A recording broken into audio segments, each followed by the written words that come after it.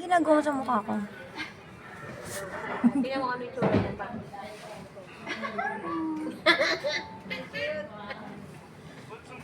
Parang nagsasorry, sorry. Kaya nga eh.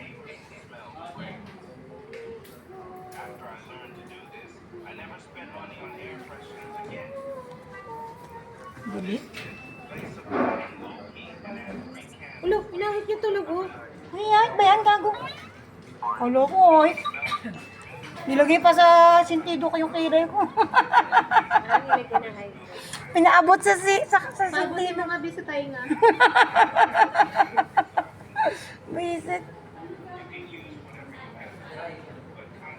Okay na, happy. May pagbabago, ganun talaga.